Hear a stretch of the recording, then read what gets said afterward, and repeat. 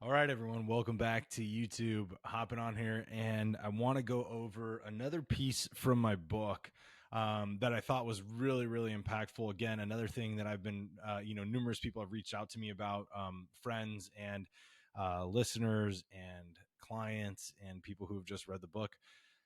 They loved one of the chapters called The Three Horsemen of Death: Shame, Guilt, and Regret. And the reason why I wrote this chapter is because I find that many men, especially when they get to the end of their days, they realize that there was a lot of things they were holding on to that were negative in the past. And so that crept up on them. And then as they got older, they had no means in which to correct or live a different way. And so, or they just held on to something they couldn't even change. And so what happened was they ended up really feeling that at the end of their days. And or as they just got older in general, and it was something that they felt they didn't have any control over. So there's a big conversation here, and I want to start by saying that regret is the badge that you get to wear when you live a life of guilt and shame.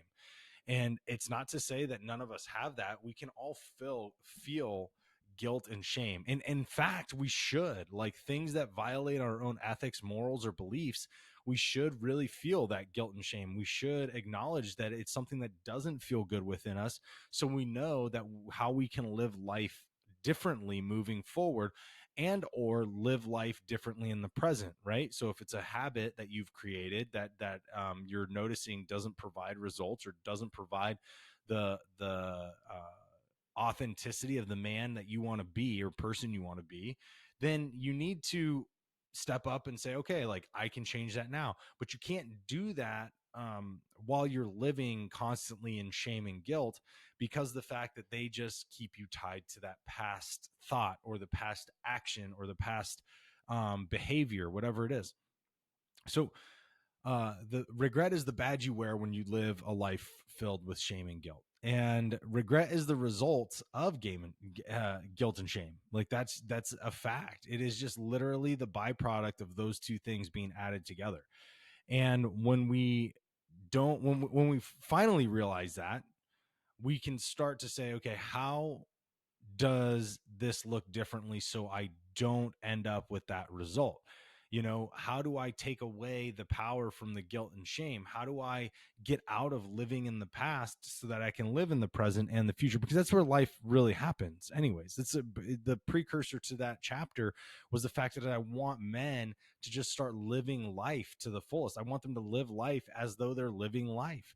That's what I believe they should be. And so I wanted to say that because the fact that most men aren't. Most men are just living in the past. I mean, guys, this. There's so many conversations that men are having of, like, the great times in their life back in the past, the times when they were the star athletes, or the times when they were picking up all kinds of women, or the times that they were making a lot of money and they're not anymore, whatever it is. Like, they have glory days, and those glory days are just you living in the past. And in all of that, you're not living the present, you're not living in the future either, and you're not living life. You're living in what has already happened, which is death. It's all dead already. It has come and gone. You can't relive it again. You can't change it. So you only have the ability to look at the here and now, and then look at how you want to behave in the future. And so when I say all of this, the point is that when you carry guilt and shame with you, okay, so getting back to guilt and shame, when you carry guilt and shame with you, you have to learn to release it. That's the first place you have to begin, because you can't change those moments. A lot of times people carry guilt and shame for actions they've even already apologized for, which is, to me, I mean, it's insane, because you've already taken the action to um, kind of come in alignment with your morals and with who you are and how you want to show up authentically. You've already come kind of semi back into alignment with that, and then you're still punishing yourself for the fact that you for the fact that you did it, right? And so even though maybe another person was involved, or maybe there was more people involved or whatever, even though they don't even hold something against you anymore because you did your job, or you did what you believed which was right, which was apologize or ask for forgiveness from it, um you still live with it. And it's because you've never ever released it. And so the first thing that you have to do is release the guilt and shame. And you do that by accepting and taking ownership. You do that by saying, yeah, this happened, man. Like, I don't know what I can't, not, I don't know. It's not even that. It's like, I can't do anything else. I cannot change it. I can't go out and just make it not have happened. I apologize to it and I apologize to the people involved, but now I need to apologize to myself, and I need to give myself that acceptance and ownership of that, the fact that you did it. Like, you did it and it is what it is. And at the end of the day, that you can't take that back. So you may as well just release it. By accepting it and taking ownership, that is going to allow you to perform that release of the guilt and shame. And the other piece that's going to help you do that is give grace to yourself. You're fucking human, bro. Like, dudes, you guys are human. We're going to fuck up. We're going to have regret and shame, and or we're going to have guilt and shame, and we're for actions that we have. We're going to violate our ethics and morals. We're not always going to be in our highest state of awareness or living in our highest selves. That's just life. Things get to you. Things put you in a position where you're not thinking that clearly. And so when you make that action, or you say that thing where guilt and shame is coming in, you have to give yourself grace and just remember that, man, you're not perfect. You're human, and you have these things that you gravitate to that seem like they would have been good ideas at the time, or seem like they would have just felt good at the time. So then you follow that, and then at the end of the day, it turns out that it was a violation of your morals or your ethics or your beliefs, and so you feel really bad about it. But you got to give yourself grace. You got to give yourself that forgiveness, because once you do, now you're starting to shed that guilt and shame, and now you can start to prevent regret from creeping up.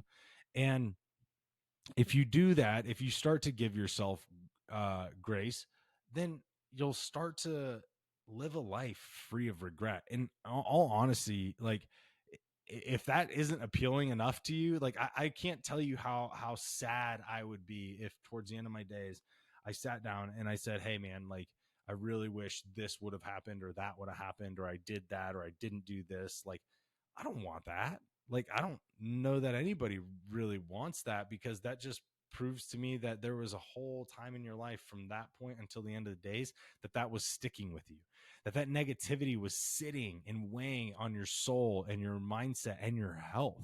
Because a lot of the things that people don't realize is, especially when we're harboring these negative feelings, we can create disharmony within us biologically.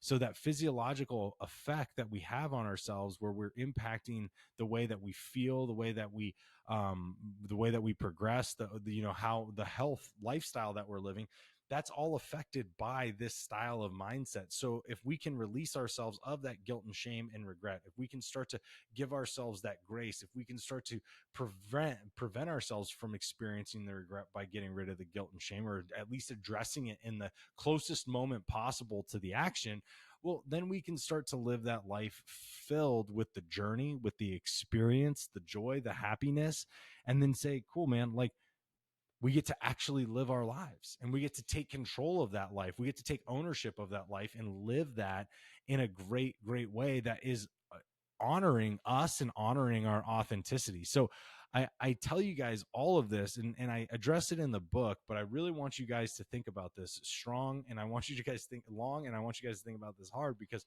there's a lot of ways you're living with a lot of guilt and shame. And until you're real with yourself that you are carrying that, you're not going to know what's causing a lot of that negativity back up in your mind. You're not going to really know what's causing a lot of that negativity in your heart. And you're also not going to know potentially what's even affecting you physiologically, how your health is being deteriorated because of it.